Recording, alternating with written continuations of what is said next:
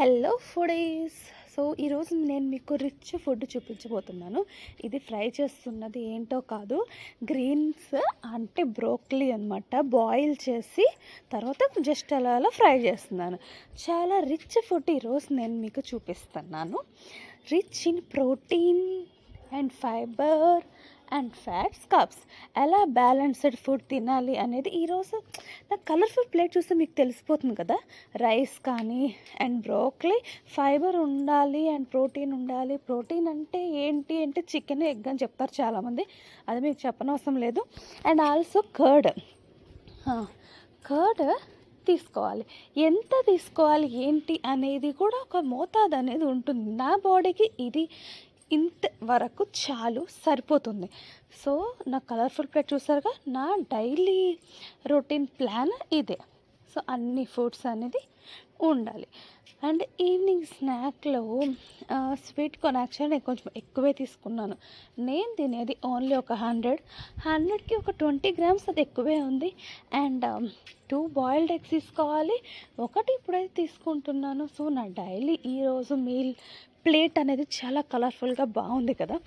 And when డిన్నర్కి వచ్చేస్తే so రాగి చపాతీ ట్రై చేద్దామని అనుకున్నాను. నేను ఎప్పుడు రాగి చపాతీ తీసుకునేది, బట్ కలర్ఫుల్ ప్లేట్ ఒకసారి అయితే ఇంకా నైట్ టైం డిన్నర్ మోస్ట్లీ రోటీ అంటారు. రోటీకి రైస్కి పెద్ద డిఫరెన్స్ ఏం లేదు. సేమ్ క్యాలరీస్ మనం రోటీతో కూడా తీసుకోవచ్చు అండ్ రైస్తో కూడా తీసుకోవచ్చు, నో ప్రాబ్లం. సో ఎప్పుడైనా కానీ మనం పెట్టుకునే ఫుడ్ కర్రీ ఎక్కువ ఉండాలి.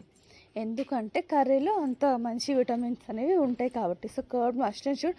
అది మీకు నచ్చకపోతే మీకు బటర్ మిల్క్ లాగా కూడా చేసుకోవచ్చు. సో నేనైతే ఏం చేస్తానంటే కొంచెం కర్డ్ తినేస్తాను, కొంచెం వాటర్ మిక్స్ చేసి తినేస్తాను. ఇప్పుడు అందరూ డౌట్ వస్తుంది, రైస్ లేకుండా ఎలా తింటున్నారు అని ఒక డౌట్ వస్తుంది. బట్ నేను కొంచెం వాటర్ మిక్స్ చేసేసి కర్డ్ తినేస్తాను.